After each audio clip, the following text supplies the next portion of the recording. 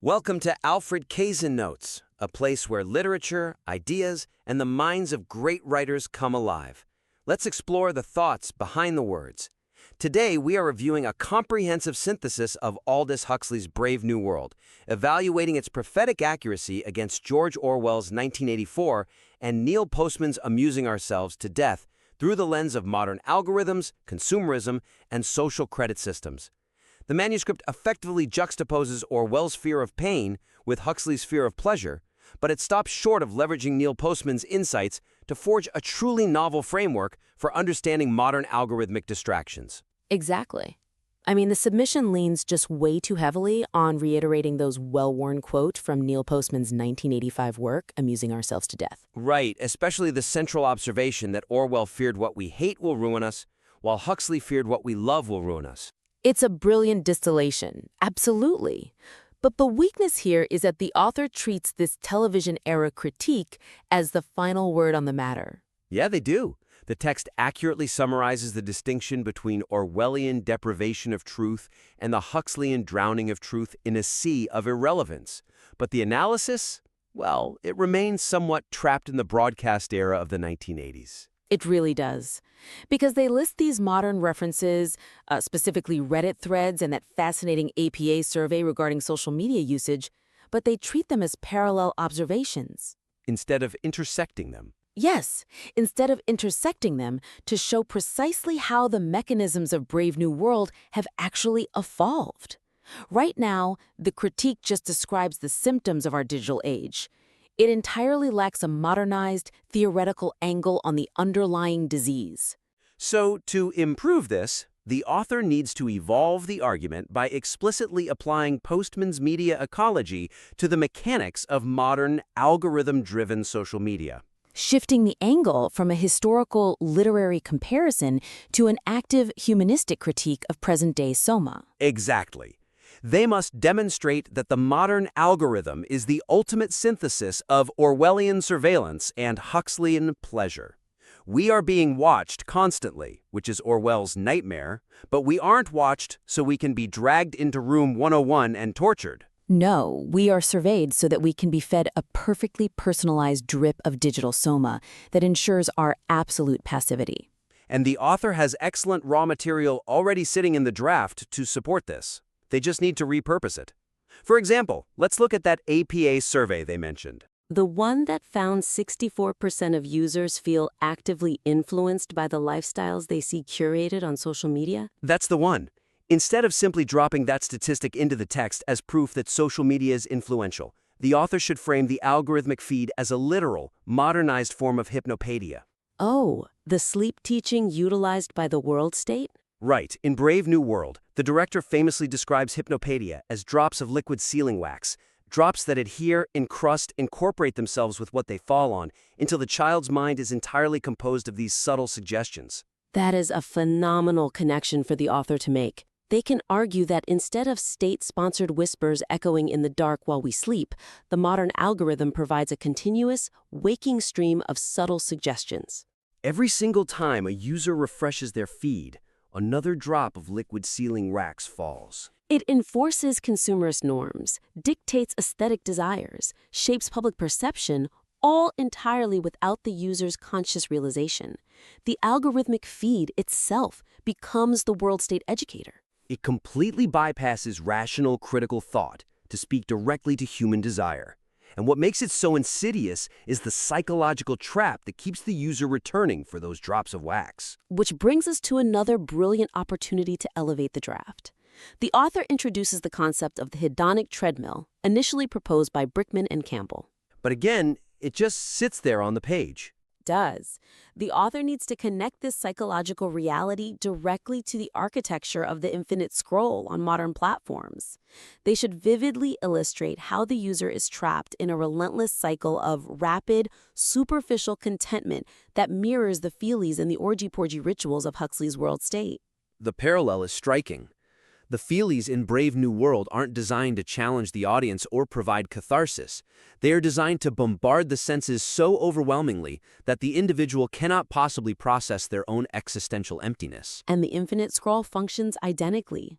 The author can demonstrate how this continuous pursuit of algorithmic pleasure purposefully starves the individual of deep, sustaining fulfillment or any anchoring historical context. The algorithm serves up brief, perfectly calibrated bursts of dopamine.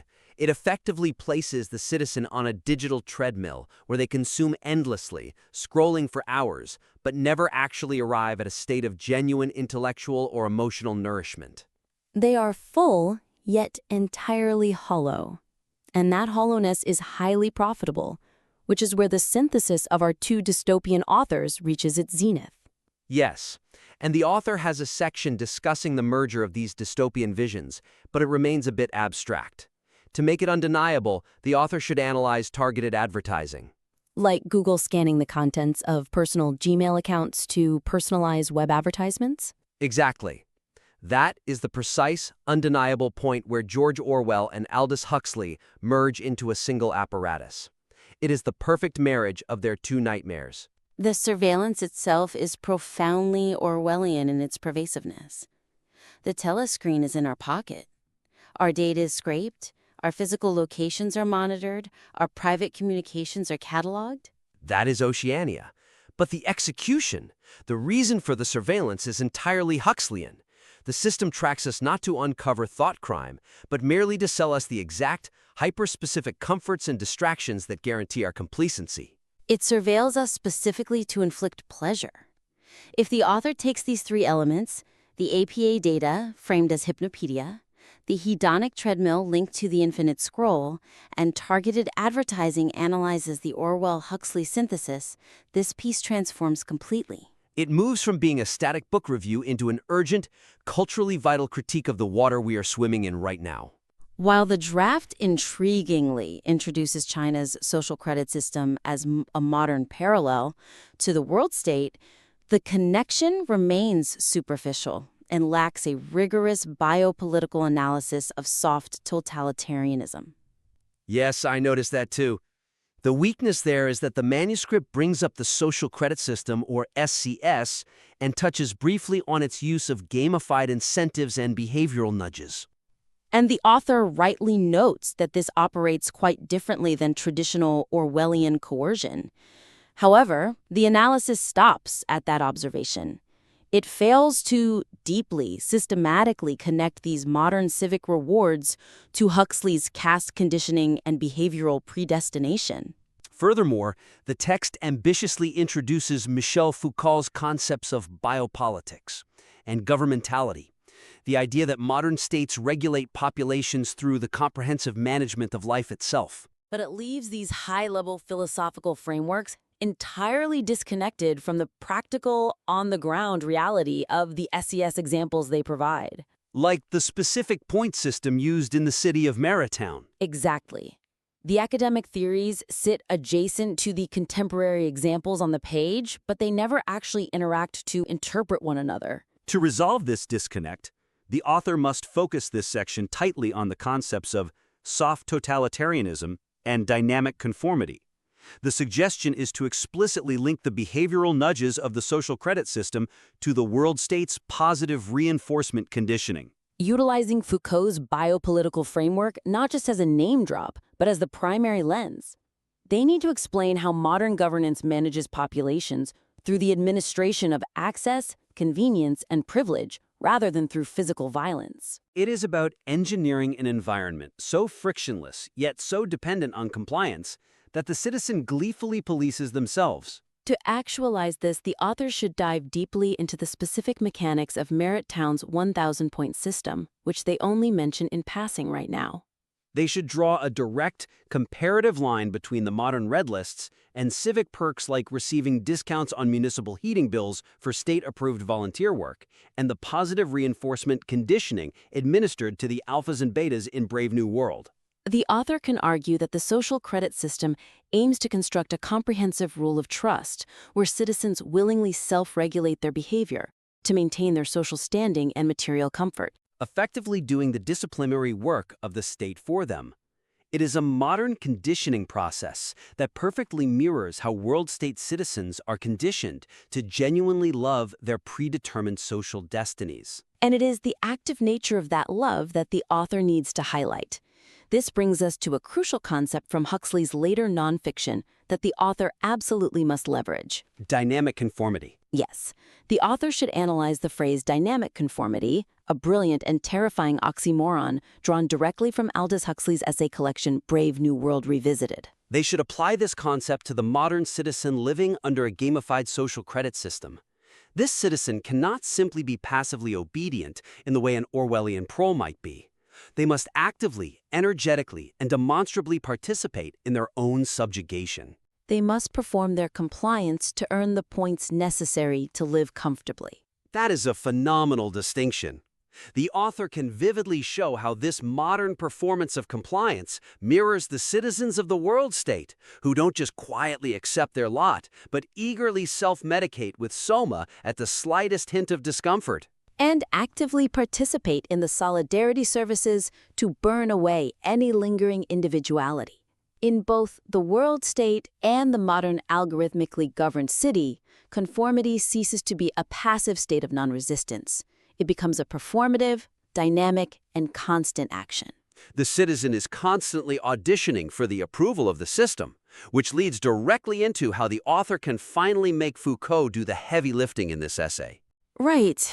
To bridge the gap between Huxley's speculative fiction and our modern bureaucratic reality, the author must use Foucault's biopolitics to explain the consequences of failing that audition.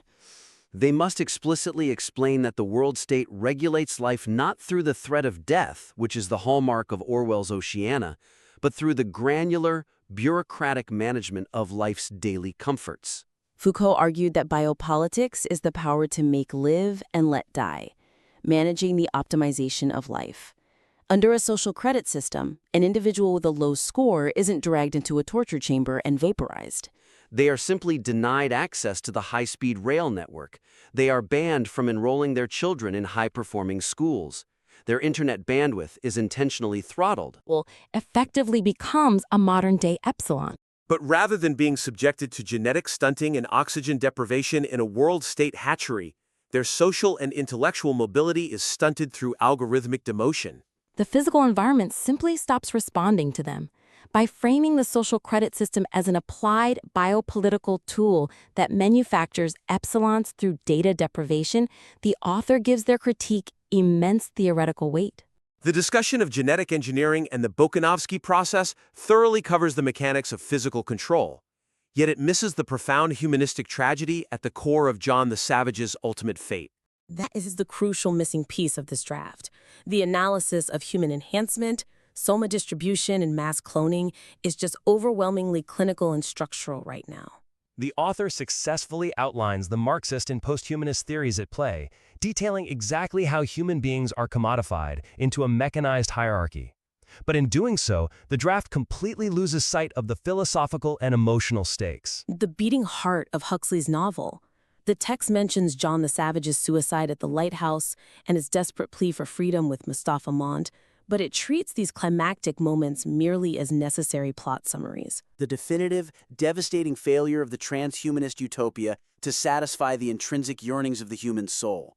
Right now, the critique reads like an incredibly detailed blueprint of the world state's machinery, but it completely ignores the human blood being crushed between its gears. To remedy this clinical detachment, the author must elevate the so what of the entire piece by deliberately centering the critique on the profound loss of authentic human experience. The suggestion is to use John the Savage not just as a character study, but as the foundational philosophical anchor to critique modern transhumanism's obsessive pursuit of painlessness. The author must demonstrate that a world meticulously engineered to be devoid of struggle, devoid of high art, and devoid of deep, chaotic passion is a world that has been systematically stripped of its humanity. Because the structural mechanisms of control, the hatcheries, the conditioning centers, they are only terrifying because of what they succeed in erasing from the human spirit. To flesh out this humanistic void, the author should draw a sharp, uncompromising contrast between the world state's sterilized motto of community, identity, stability, and John's fervent, agonizing demand for the right to be unhappy. John demands the right to danger, the right to disease, the right to sin, and the right to suffer. The author should connect John's philosophical stand to the modern, tech-driven pursuit of frictionless living that they briefly highlighted earlier in the text. The cultural obsession with instant gratification facilitated by platforms like Uber Eats, DoorDash, and immersive VR realities. The argument needs to be forcefully made that by continually optimizing away all friction, all delay, and all struggle from our daily existence, we are inadvertently optimizing away the very catalyst required for profound human growth and moral fortitude. The tragedy the author must illuminate is that we are willingly surrendering the friction that gives human life its texture and meaning. And the mechanism by which we surrender that friction is chemical and digital pacification. To deepen this point, the author should thoroughly explore the role of soma by juxtaposing it with the text's brief mention of the violent passion surrogate, or VPS. Yes, the author needs to explore how the world state requires the elimination of true emotional depth.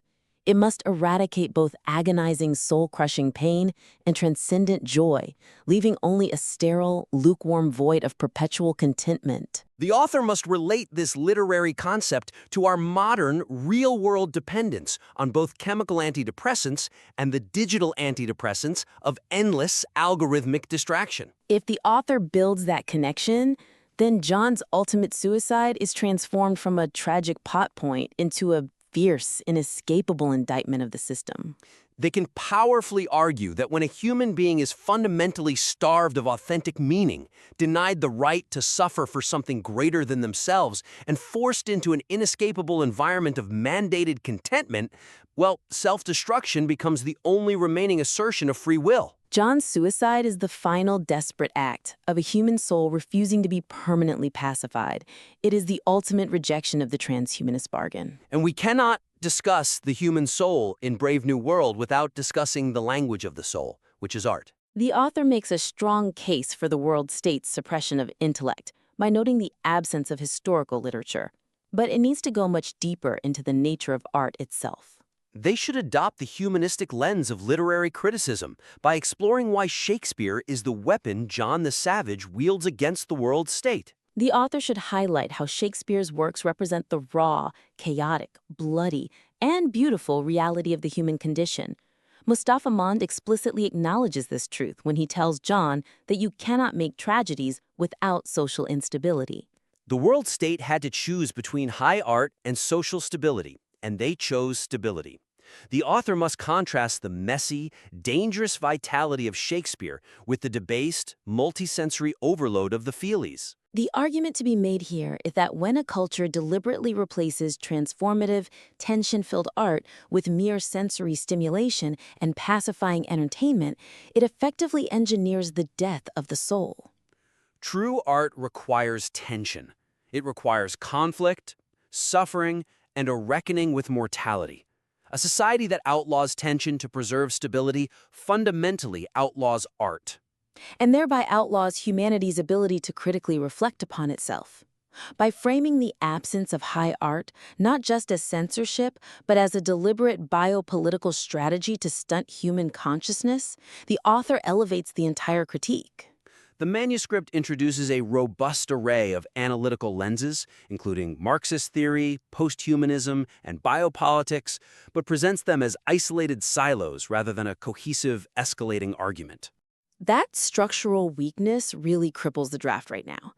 The submission jumps abruptly and arbitrarily between discussing the economic principles of Fordism, the biological mechanics of the Bokanovsky process, Postman's sociological media critique, and Foucault's theories of governmentality. There are virtually no clear transitions guiding the reader through how these massive, complex ideas interact with or build upon one another. The reader is presented with a disjointed catalog of academic theories. They encounter sections abruptly labeled Marxist theory of social control, which are followed immediately by a section on posthumanism, rather than being guided through a unified narrative. A narrative that demonstrates how economic drivers absolutely necessitate biological control, which in turn strictly requires psychological pacification. The current siloed structure fractures the momentum of the analysis and prevents the essay from achieving any real cumulative power. To fix this, the author must restructure the argument causally or chronologically to build a fluid narrative that traces the logical evolution of totalitarian control. The suggestion is to redesign the architecture of the essay so that it shows how the physical and economic engineering of the citizen naturally, inevitably, culminates in the psychological and media control mechanisms. The author must synthesize all these disparate theories into a single, terrifying trajectory. The structure of the essay itself should mimic the tightening, inescapable grip of the world state on the individual.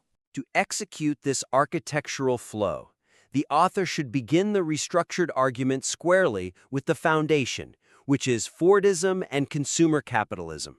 That represents the Marxist lens. The author has excellent points about Henry Ford's assembly line and the state-sponsored hypnopoeic mantra that ending is better than mending. This section must serve as the opening act, Establishing the core, undeniable premise that the ultimate, overriding goal of the world state is unbroken economic stability and perpetual frictionless consumption. The author needs to argue that before a state can control the mind, it must have a driving, foundational economic imperative that demands that control. The economic base of society completely dictates the societal superstructure. Once that economic imperative is established, the author has a perfect logical transition into the next phase of the argument, which is biological control. This is where the post-humanist and biopolitical lenses come into play. Building on the Marxist foundation, the author can argue that to maintain this flawless, perpetual economic machine, the state must literally manufacture perfect, unquestioning consumers and laborers. This is exactly where the detailed analysis of the Bakhanovsky process and the rigid, genetically predetermined caste system belongs. Exactly. The author needs to explain that alphas, betas, deltas, and epsilons aren't just fascinating biological oddities. They are the literal physical manifestations of a totally engineered labor and consumer market. The biology of the human being is forcibly altered to perfectly serve the needs of the economy. A delta is genetically designed to perform repetitive labor without going insane, and conditioned to consume specific lower-tier goods to keep the factories running. Which naturally and inevitably leads to the final, fatal turn of the screw. The author can conclude the structural flow of the essay with psychological and media control, bringing in the Postman and algorithmic lenses. The argument here writes itself. Once the physical consumer is built in the hatchery and assigned their rigid economic role, their conscious mind must be continuously, relentlessly occupied to prevent any accidental awakening or rebellion against their conditioning. This is precisely where the detailed exploration of soma, hypnopedia, and the feelies must be positioned. And structurally, this is where the essay achieves its modern relevance. By placing the psychological pacification at the end of the causal chain, this final section seamlessly ties the historical literary analysis back to the modern warnings about our current algorithms, social media dopamine loops, and gamified social credit systems. By moving logically from the raw economic necessity of Fordism to the biological manufacturing of the citizen, and finally culminating in the psychological pacification of the mind via screens and soma, the author provides a powerful, synthesized conclusion. It transforms a collection of disconnected theories into an undeniable, escalating argument that lands with maximum intellectual and emotional impact. Today's critique explored how to elevate a synthesis of Aldous Huxley's Brave New World, George Orwell's 1984, and Neil Postman's Amusing Ourselves to Death. We focused on evolving Neil Postman's theories to address modern social media algorithms, applying Michel Foucault's biopolitics to contemporary social credit systems, centering the humanistic tragedy of John the Savage to critique transhumanism, and restructuring the various theoretical lenses into a cohesive, escalating narrative. To strengthen the material, apply the concept of hypnopedia directly to algorithm-driven feeds to reveal them as continuous waking suggestions.